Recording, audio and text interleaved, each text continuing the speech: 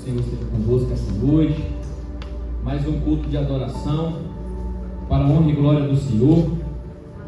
Sempre uma honra poder estar trazendo uma palavra de meditação para nossas vidas, amém? Amém. Glória ao Senhor Jesus Cristo. Meus irmãos, abra suas Bíblias em Mateus, Evangelho de Mateus, capítulo 12.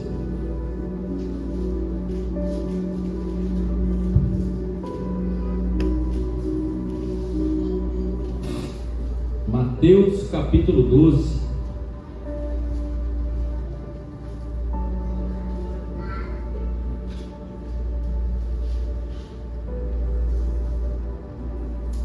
Amém? Quantos encontraram aí, diga amém, amém? Glória a Deus. Meus irmãos, deixa a sua Bíblia aberta aí um pouquinho. Coloque a mão no seu coração. Vamos fazer uma oração nesse momento.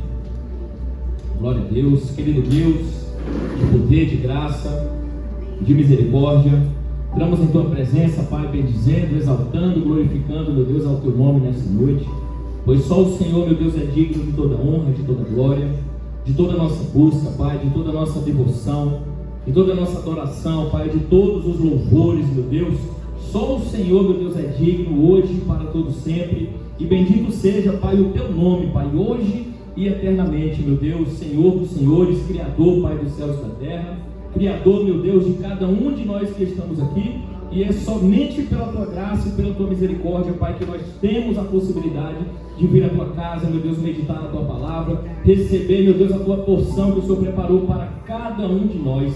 Muito obrigado desde já, Pai, por mais essa oportunidade de estarmos aqui, meu Deus, neste lugar, Pai, neste lugar santo, neste lugar, Pai, onde o Teu Espírito Santo, meu Deus, age de forma livre, move-se, Pai, de forma livre em nosso meio, pois a Tua palavra diz, Pai, que onde dois ou mais, Pai, se reunirem, meu Deus, em Teu nome, ali o Senhor estará, e pela nossa fé, pela nossa convicção, nós temos a certeza de que o Senhor já está nesse lugar, meu Deus. Abra os céus, Pai, sobre esse lugar hoje, abra os céus, Pai, sobre as nossas vidas, que o Senhor fale aos nossos corações, que nós possamos estar, Pai, totalmente ligados ao Senhor, totalmente ligados à Tua palavra, que não venha nenhum atrapalho, meu Deus, tirar aquilo que o Senhor guardou, preparou com muito amor, com muito zelo, para cada um de nós essa noite, que não seja apenas mais um culto, Pai, mas de fato, meu Deus, um encontro genuíno e verdadeiro com o Teu Espírito Santo, que vai fazer com que nós sairemos daqui, Pai, diferentes, sairemos daqui com a nossa aliança renovada, fortalecida no Senhor, a nossa base, a nossa rocha, hoje e para todo sempre, em nome do Senhor Jesus. Se você crê nessa oração, diga amém. Amém. Amém? Glória a Deus. Aleluia. Então, meus irmãos, puder botar um fundinho aí para não ficar o grilo, né? Glória a Deus. Meus irmãos, Mateus capítulo 12, versículo 38 ao 42. É o versículo que nós vamos estar meditando hoje. Verso 38 ao verso 42. Diz assim, meus irmãos: então, alguns escribas e fariseus replicaram: Mestre, queremos ver de tua parte algum sinal. Ele, porém, respondeu: uma geração má e adúltera pede um sinal, mas nenhum sinal lhe será dado senão do profeta Jonas. Porque assim como esteve Jonas 3 dias e 3 noites no ventre do grande peixe, assim o Filho do Homem estará 3 dias e 3 noites no coração da terra. Ninivitas se levantarão no juízo com esta geração e a condenarão, porque se arrependeram com a pregação de Jonas. E eis aqui está quem é maior do que Jonas. A rainha do sul se levantará no juízo com esta geração e a condenará, porque veio dos confins da terra para ouvir a sabedoria de Salomão. E eis aqui está quem é maior do que Salomão. Diga graças a Deus. Meus irmãos, o tema aqui da nossa palavra essa noite, nós vamos meditar, é o perigo da necessidade humana de sinais. O perigo da necessidade humana de sinais. Nós vamos meditar um pouquinho em cima disso aí hoje. Amém? Amém. Meus irmãos, de forma inicial, que a gente entenda um pouco do contexto de qual se enquadrava Jesus, aqui nesse capítulo 12, onde ele já começa ali de forma bem peculiar a censurar os escribas e os fariseus, né? A ensinar, porque os escribas e os fariseus, eles tiveram do Senhor grandes repreensões, mais precisamente lá mais na frente em Mateus capítulo 23, onde tem um capítulo todo de censura de Jesus em relação aos escribas e fariseus por diversas situações, religiosidade, enfim. Mas aqui a gente já vê isso, a gente já vê Jesus ensinando os escribas e fariseus da forma correta como deveria ser as coisas, amém? Porque os escribas e fariseus sempre tentaram de alguma forma um complô ali contra Cristo, por motivos que também nós vamos meditar essa noite. Meus irmãos, nesse momento inicial aqui da nossa palavra, é interessante que a gente coloque na nossa mente alguns pontos para que a gente se localize em relação a esse contexto de Cristo, em relação aos fariseus desse capítulo 12 aqui. Primeiro, a caminhada e as realizações de Jesus. Nesse momento em que nós lemos aqui, Cristo já tinha se batizado, amém? Já tinha passado pelo batismo. Cristo ele já tinha sido tentado pelo diabo no deserto, amém? Cristo ele já tinha proclamado o seu sermão do monte, mais precisamente em Mateus 5, amém? Cristo ele já tinha realizado diversas curas, prodígios, milagres e maravilhas de forma física e espiritual.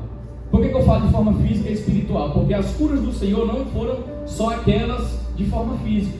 Cristo, por onde andava ensinando, proclamando, levando o evangelho, ele estava curando as pessoas emocionalmente, espiritualmente, que é o mais importante, amém? Cristo, por onde passava, ele levava essas mensagens. E aqui também, meus irmãos, Cristo já tinha escolhido os seus discípulos. Ele já tinha escolhido os seus 12 discípulos que já andavam com Cristo por onde ele ia, amém? Por que lembrar disso nessa parte inicial do nosso culto de adoração? Meus irmãos, Jesus, ele nesse momento já estava consideravelmente conhecido na sua região.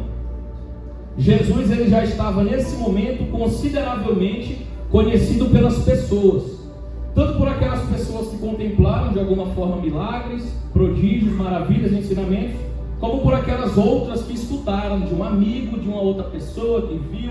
Resumindo, Cristo, por onde passava, as multidões estavam aumentando, porque ele estava cada vez mais conhecido, né? Então é interessante a gente já mentalizar que nesse momento onde os escribas perguntam para Cristo de forma inicial em relação aos sinais, ele já estava consideravelmente conhecido na sua região por onde passava. Segundo ponto, diante disso, meus irmãos, Jesus ele foi questionado pelos escribas e fariseus, como nós lemos aqui, e aí eu abro aqui uma pergunta: quem eram os escribas e os fariseus? A gente ouve muitas pregações em relação aos escribas, aos fariseus. Quem eram estes escribas e fariseus?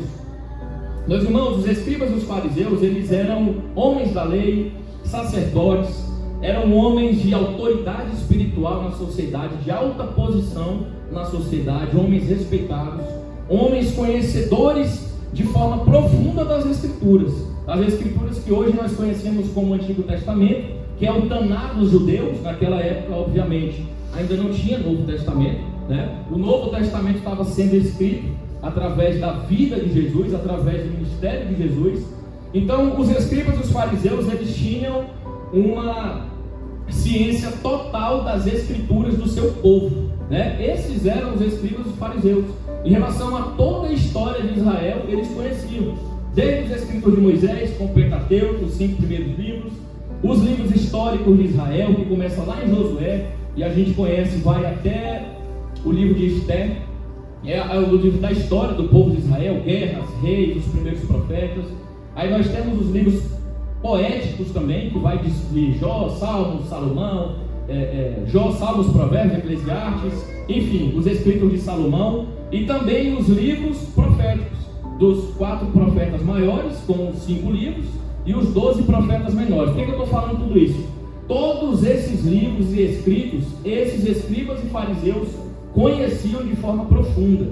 Eles eram extremamente religiosos, e eles eram extremamente competentes em relação às escrituras. Então, quem eram os escribas e fariseus? Eram esses homens. Amém? Meus irmãos, esse prefácio inicial é para que a gente entre na meditação da palavra, sabendo de algumas coisas importantes que vai nos levar a um melhor entendimento da palavra dessa noite. Diga graças a Deus. Amém? Vamos entrar agora aqui na palavra, tá? Primeiramente, quando a gente começa a ler esses primeiros versículos, a gente entende aqui que Jesus, ele mostra já de forma inicial dois exemplos em relação aos sinais que os escribas e fariseus pediram para ele. Ele já mostra dois exemplos. Olha o que diz aqui no versículo 38 e 39. Vamos ler junto aí novamente. Então, alguns escribas e fariseus replicaram: Mestre, queremos ver de tua parte algum sinal. Ele, porém, respondeu: uma geração má e adúltera pede um sinal, mas nenhum sinal lhe será dado senão do profeta Jonas. Vamos parar por aqui rapidinho. Meus irmãos, nesses primeiros dois versículos, o Senhor, ele já deixa algo no ar aí. Olha o que ele já deixa subentendido para nós no primeiro versículo já. Quem precisa de sinais faz parte de uma geração má e adúltera. Diz para a pessoa que está do seu lado aí: quem precisa de sinais faz parte de uma geração má e adúltera. Amém? Foi o que o Senhor começou falando aqui. Ele, porém, respondeu: uma geração má e adúltera pede um sinal. Aí eu pergunto para vocês uma coisa: é pecado nós pedirmos sinais ao Senhor? É errado a gente pedir ao Senhor, através de oração, sinais, direcionamentos, apontamentos da parte do Pai? Meus irmãos, não é errado e é dever nosso fazer isso. Porém, entretanto, todavia, nós precisamos entender o contexto. Eu falei para vocês, antes que a gente começar a ler novamente, sobre todo um prefácio inicial de quem são escribas e fariseus, de onde estava Jesus nesse momento aqui, e nós vamos entrar novamente aqui. Por que o Senhor falou que faz parte de uma geração má e adúltera aquele que pediu o sinal para ele? Meus irmãos, o Senhor, ele já veio de uma caminhada inteira realizando prodígios, milagres, sinais e maravilhas. Como é que numa fase dessa, os conhecedores da palavra, os conhecedores das profecias de Isaías, de Jeremias, que apontavam o Messias, chega em Cristo e fica pedindo sinal? Por que o Senhor falou isso para eles? Porque o Senhor já viu no íntimo do coração deles que tinha maldade. O Senhor já viu no íntimo do coração deles que tinha incredulidade, que tinha adulteração. Então o Senhor imediatamente censurou os escribas e fariseus dessa forma. Amém? Então a gente já começa a entender por aí. É pecado nós pedirmos sinais ao Senhor? É pecado nós orarmos pedindo direcionamento? De forma alguma. Nós precisamos viver uma vida de oração. Diga graças a Deus. Precisamos viver uma vida de consagração o tempo todo, em todas as áreas das nossas vidas. Mas o Senhor relatou essas palavras por conta do contexto, por conta da motivação daqueles que o tempo todo estavam tentando Jesus, tentando de alguma forma dissipar, porque essas coisas aqui, meus irmãos, eram no meio da multidão. Isso aqui quem relatou foi os apóstolos, foram os discípulos.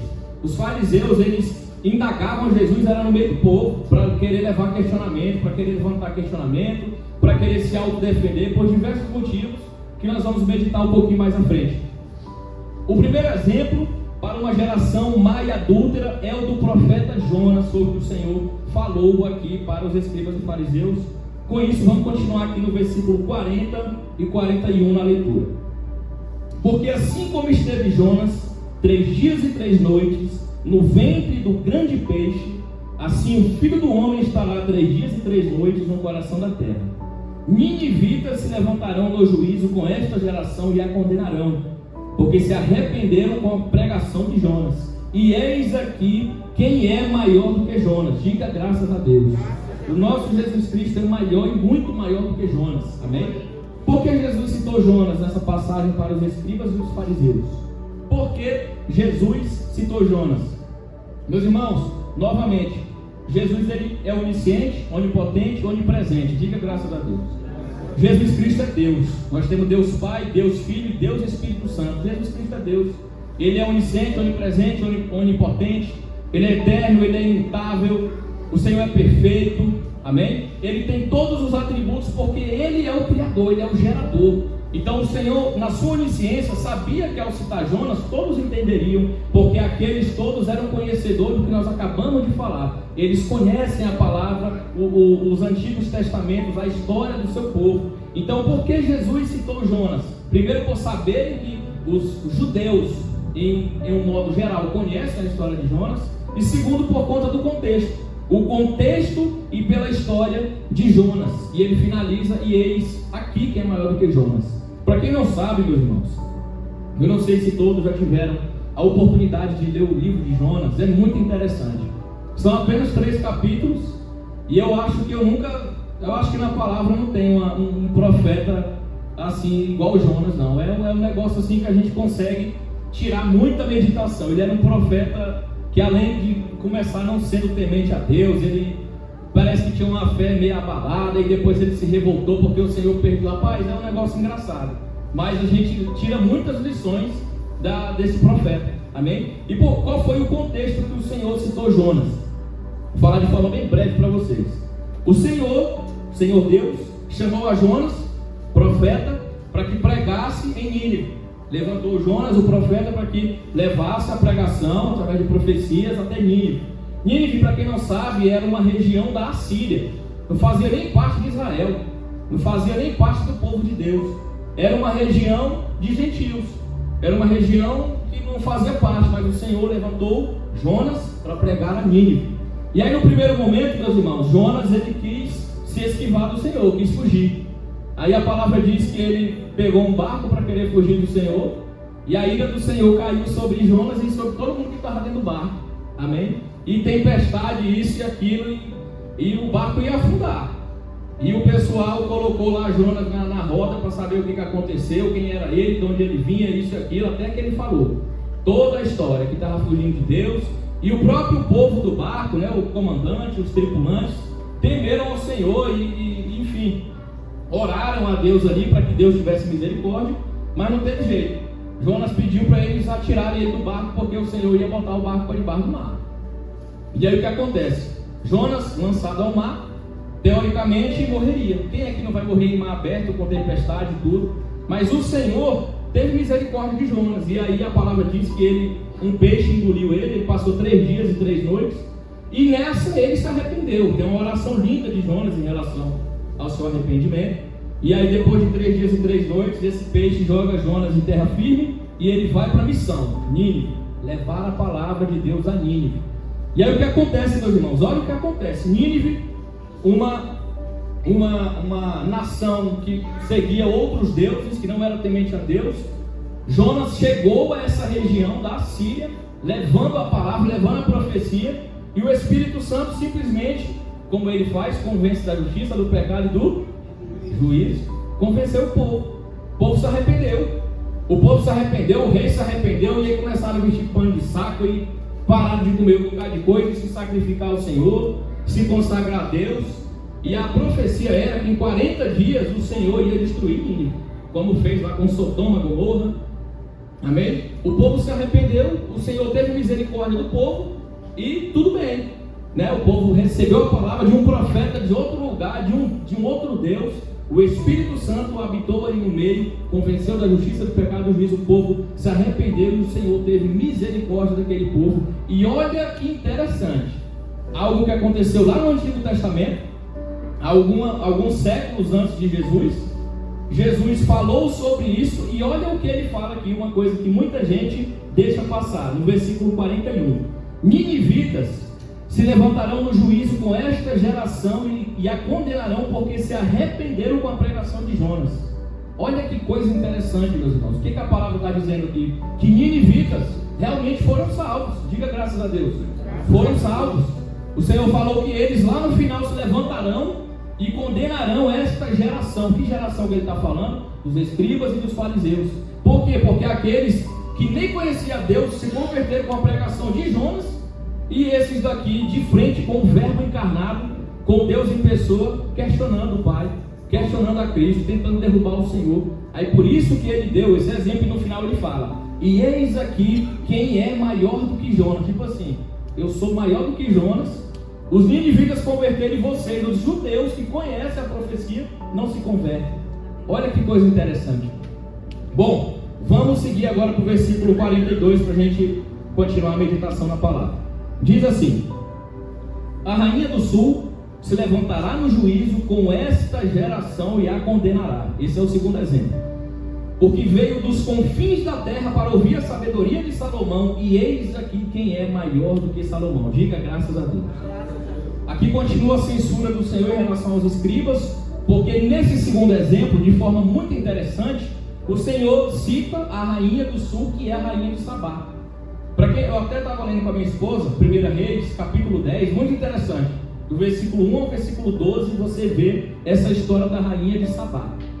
O que acontece?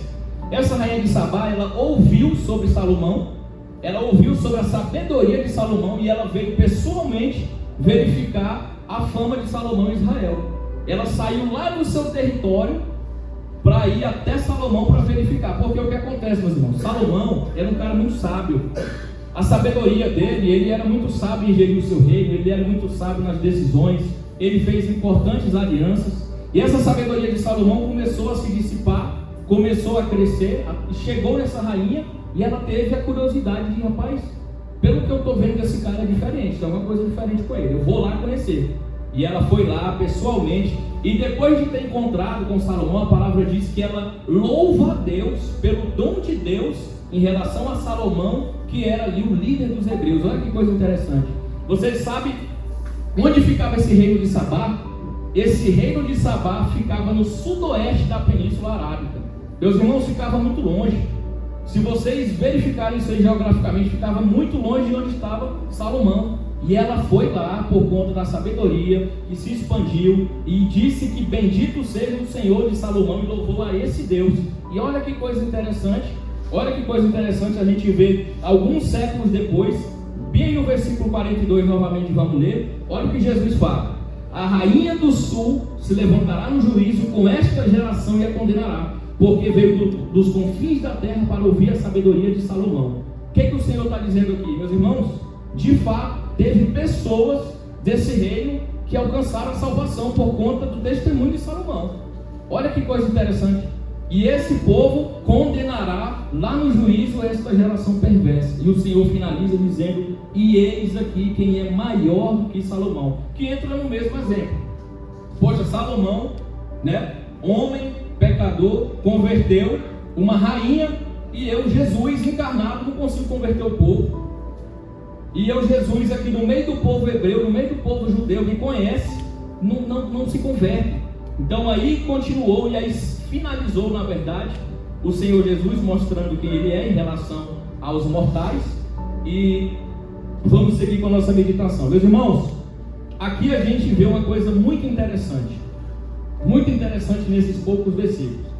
A gente está tratando de Cristo aqui, diga graças a Deus. É Jesus. Nós estamos meditando em algo que aconteceu de verdade com Jesus, em relação ao seu povo. Olha que coisa interessante, a gente consegue ver, a partir desse momento, quão cruel a humanidade ela consegue chegar por conta de ego, por conta muitas das vezes de falta de humildade.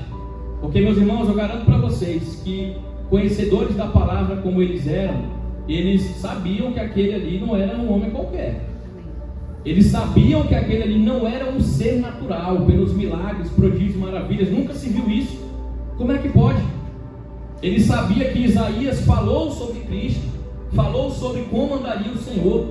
Isaías falou inclusive sobre João Batista, aquele que abriria o caminho para o Senhor, a voz que clama no deserto. Esses caras eram extremamente inteligentes, mas eles não queriam se converter dos seus maus caminhos, muito pelo contrário. Eles queriam atacar Jesus, eles queriam todo o tempo colocar o Senhor numa fogueira. Amém? E uma coisa interessante, eu estava até nessa meditação, eu estava pensando. Eu escuto muito por aí na internet algumas coisas em relação ao Apocalipse, livro da Revelação, de pessoas que falam o seguinte: será que as pessoas vão se enganar com o anticristo? Porque no Apocalipse fala qual é o número da besta. Fala que vai ter implantação de tecnologia na mão, como já tem em alguns países, né? fala que vai vir aí um que vai estabelecer a paz no mundo todo. Fala tudo que vai acontecer. E aí as pessoas comentam: será que as pessoas realmente vão se enganar com o anticristo, vendo que está acontecendo tudo que está na palavra? E eu afirmo para vocês, qual é a diferença desse exemplo e desse questionamento para esse de Jesus? Porque quando Jesus chega, meus irmãos, toda a escritura conhecida apontava para ele. As pessoas, muitas não acreditaram, muitas o negaram. Inclusive os judeus praticantes não aceitam Jesus como o Messias, não aceitam. Então a enganação, ela vem muito por conta da incredulidade do nosso coração, da falta de sabedoria e falta de sensibilidade do nosso coração. Amém? Por que os escribas negavam? Por que os escribas e fariseus negaram a Jesus? Qual é o motivo deles terem negado a Cristo? Aí aqui a gente vai abrir algumas coisas que nós já vamos puxar para o nosso cotidiano, para o nosso dia a dia, para as nossas vidas. Meus irmãos, os escribas e fariseus negavam por vários motivos. Um deles, ego, religiosidade, comodismo e covardia. Sabe por quê? Fariseus eram homens importantes da lei. Eles eram sacerdotes, eles tinham posição social elevada. E eles sabiam, muitos, que a partir do momento que eles reconhecessem aquele Messias como Salvador, eles teriam que abrir mão de muita coisa. Porque Jesus estava ensinando sobre muitas coisas do reino e muitas coisas que estavam erradas aqui conosco. Muitas coisas que estavam erradas com os homens que eram ditos homens de Deus, como sacerdotes.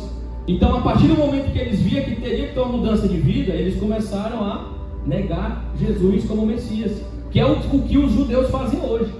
Os judeus, eles não acreditam em Cristo porque eles acham que o Messias não pode ser muito mole, porque eles acham que o Messias não pode passar vergonha, o Messias nunca vai apanhar de homem, o Messias nunca que vai deixar o homem matar ele. Só que o que acontece, meus irmãos, é muita falta de sensibilidade, é muita falta de sabedoria, porque o que na verdade aconteceu foi um cumprimento das Escrituras, para que eu e para que você fosse salvo, porque na palavra estava dizendo assim, que ele viria e pelas feridas dele nós seríamos sarados. Diga graças a Deus. Pelo sangue dele nós seríamos remidos. Diga glória a Deus por isso. Através do testemunho perfeito e cumprimento perfeito dele, da lei na cruz, a graça nos alcançou. Diga graças a Deus. E uma coisa muito maior do que isso, Jesus, ele não perdeu, ele venceu. Ele ressuscitou, ele venceu a morte. Ele ressuscitou ao terceiro dia. Pessoas viram ele ascendeu aos céus e deixou aqui o Espírito Santo, nosso Consolador, até a consumação do século. Diga graças a Deus por isso. Essa sensibilidade por conta da incredulidade, do coração pesado, que as pessoas não enxergam em Cristo, que os judeus não enxergam em Cristo, que os escribas e fariseus não enxergavam, ou até enxergavam, mas não queriam dar o braço a torcer. Amém? Então aqui, o porquê dos escribas e fariseus negarem a Jesus. E meus irmãos, agora nós vamos trazer alguns pontos importantes dessa palavra para nossas vidas. Hoje, entenda bem o que eu vou falar. Hoje muitas pessoas, eu estou falando de pessoas que conhecem a palavra, eu estou falando de cristãos como nós, amém? Eu estou falando de pessoas que têm acesso às Escrituras, pessoas que vão aos cultos. Meus irmãos, muitas pessoas hoje fazem o papel dos escribas e dos fariseus em relação a muitos aspectos de suas vidas. Vamos entender, existem pessoas hoje que vão sim à igreja, que vão sim ouvir a palavra do Senhor, mas não tem compromisso nenhum com Deus. Existem pessoas hoje que vão à casa do Senhor, mas não tem comprometimento com a palavra. Existem pessoas que vão à igreja, mas são acomodadas, extremamente acomodadas e não querem mudar. E aí o que acontece? Eu vou até abrir aqui um apêndice da mensagem do Diácono Magno no domingo. Ele falou uma coisa bem interessante, que o que nós estamos vivendo hoje é resultado, é configuração, ele falou, do que nós colhemos, do que nós plantamos ontem, do que nós semeamos ontem. E para resumir o que ele falou, está lá em Gálatas. Está em Gálatas 6, 7 e 8. Lá diz que tudo aquilo que o homem semear, disto certamente se fará. E finaliza: aquele que semeia no Espírito, colhe a vida eterna. Aquele que semeia na carne, colhe corrupção. O que significa isso? Lei da semeadura e da colheita. Meus irmãos, e o que acontece? Muitos cristãos, infelizmente, são muito acomodados. Muitos cristãos, eu por exemplo, porque eu tenho uma vida boa, porque eu tenho, sei lá, dinheiro, carro, casa, uma família, Deus me ama mais. Porque na minha igreja tem uma senhora ou um senhor, uma família que não tem recurso, que não tem família, que os filhos são doentes, que tem dificuldade para ter comida na mesa, então Deus ama menos ela. É muito fácil eu vir aqui dar um testemunho e falar que Deus me ama muito, porque Ele faz isso, isso e isso na minha vida. Mas não é assim, meu irmão. Deus, Ele ama a todos nós da mesma maneira. Diga graças a Deus. O Senhor, os mesmos planos que Ele tem para a minha vida, de prosperidade espiritual, familiar, financeira, Ele tem para a sua também. Diga graças a Deus. Então, não adianta eu subir e falar que eu sou isso, eu tenho isso ou aquilo, porque Deus fez na minha vida, porque Ele fez de extraordinário, porque eu sou muito amado. Porque se eu falar isso, eu estou dizendo que muitas pessoas são menos amadas. Muitas pessoas não têm o amor completo de Deus, porque muitas pessoas, inclusive na igreja, têm dificuldade. Mas o que acontece? É como Ele falou, e é como a palavra fala. O que nós estamos vivendo hoje é resultado de colheita do que semeamos ontem. E algumas pessoas, às vezes, colhem e estão vivendo o melhor do Senhor, e outras não, porque semearam coisas erradas. Isso é normal, isso faz parte da vida do cristão. Isso não é algo para nos desanimar. Isso não é algo para deixar desanimado aquele que está colhendo coisas ruins agora. Pelo contrário, é algo para que motive a gente a plantar coisas boas hoje, porque amanhã nós vamos colher. Diga graças a Deus. Meus irmãos, a colheita ela é obrigatória, e que isso motive a gente. O Senhor, Ele tem planos maravilhosos para nós. E aí o que eu estou falando aqui são coisas que não são da vontade de Cristo. Crentes que às vezes são acomodados, fazem o que faziam os fariseus, conhecem a palavra, mas não querem aceitar a verdade da forma bíblica, da forma cristã, e não vivem dessa forma. Outras pessoas que também estão nas congregações, mas ainda não são convertidas. Pessoas que precisam se converter, pessoas que querem ajustar Cristo na sua forma de viver. Querem ajustar Jesus na sua forma de viver. Não, porque no meu trabalho eu não tem jeito, é desse jeito aqui. Eu tenho que conversar com fulano, ciclano e tal, eu tenho que fazer negócio assim, assim, assado. E quando chega uma roda de conversa eu tenho que ir. E quando falam o que não deve ser falado, pessoas incrédulas, eu entro na roda de conversa e falo também. Eu conheço muita gente assim, meus irmãos.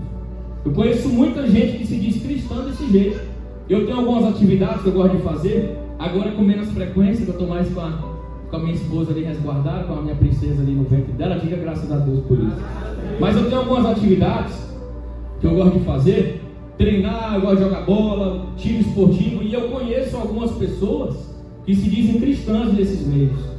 E aí eu estou ali às vezes conversando, meus irmãos, é assim, é constrangedor. É constrangedor. As pessoas entram em roda de conversa de gente do mundo e xinga, e fala de coisas que não convém, e fala de situações de incredulidade mesmo. Gente que vai para a igreja, muitos até sobem altares. Que Cristo é esse, meus irmãos, que a gente quer adaptar a uma vida de pecado? Que Cristo é esse que as pessoas querem adaptar a vida dela por conta de ego, por conta de falta de humildade? São pessoas que infelizmente não são convertidas, ainda não conheceram verdadeiramente o Senhor, não vivem uma vida com o Senhor. E isso é algo que faziam os escribas e os fariseus, e eu estou puxando para as nossas vidas. Porque, meus irmãos, o que adianta? Do que adianta eu ir à igreja e viver uma vida de mentira lá fora? Do que adianta eu ir à congregação e orar e louvar, e isso aqui lá fora eu faço tudo errado? Eu pego, eu xingo, eu brigo com todo mundo, eu faço negócio errado, eu tenho uma amizade com gente que não convém, eu abro a minha casa para todo mundo, o meu casamento não trata a minha esposa, meu marido da forma como deve ser tratado, tudo errado. Como é que pode viver uma vida dessa forma? São coisas que não agradam a Cristo. Agora vamos falar do que agrada a Cristo? Diga graças a Deus. O que agrada a Cristo, meus irmãos, é tudo ao contrário do que eu falei aqui agora.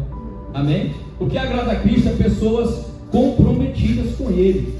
O que agrada a Cristo é pessoas com comprometimento. O que agrada ao Senhor e faz cair sobre nós as bênçãos terrenas, espirituais e eternas, são pessoas que não são acomodadas. Porque, meu irmão, dificuldade todos nós vamos ter. Dificuldades, tribulações, todos nós vamos ter, está na palavra.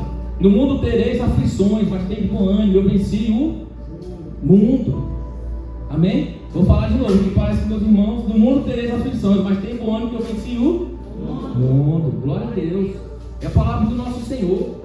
Meu irmão, a tribulação ela vai vir na nossa vida, mas aquilo que agrada ao Senhor são pessoas convertidas, são pessoas que ajustam as suas vidas em relação a Cristo, e não o contrário. Essa deve ser a nossa luta todo dia, porque nós vamos ter dificuldade, nós vamos ter, meu irmão, nós vamos ter muita tentação. Só que não existe uma vida fácil para um cristão verdadeiro, um cristão genuíno. É uma vida todo dia de batalha, é uma vida todo dia de dizer não. É uma vida todo dia de, às vezes, você ter ali uma ruptura com uma pessoa que você não queria, mas é por Cristo, meu irmão. Nós não podemos nos enganar. Nós não podemos vir à igreja e viver uma vida de mentiras, porque tudo isso aqui é passageiro. Quando a gente menos esperar, vai estar todo mundo lá na glória. Diga graças a Deus. Nós não vamos estar junto com os escribas e fariseus, não. Nós vamos estar junto com Cristo. Mas a gente precisa levar uma vida séria. E além de levar uma vida séria, através dessa seriedade das nossas vidas, a gente leva o Evangelho de Cristo de forma verdadeira para outras pessoas. Porque o Senhor deixou o plano para todos nós. Ide e anunciai essas coisas. Ide e falai dessas coisas. Não é só nós virmos à igreja, meu irmão, e ficar aqui guardando. A gente tem que viver lá fora e falar para outras pessoas. Isso não é um dever só do pastor, do diácono, dos levitas, é um dever de todos nós. A palavra diz que nós somos sacerdócio real, geração santa, povo de propriedade exclusiva de Deus. Diga graças a Deus. Isso é um dever de todos nós. Mas nós precisamos, meus irmãos, antes de tudo, arrumar a nossa casa.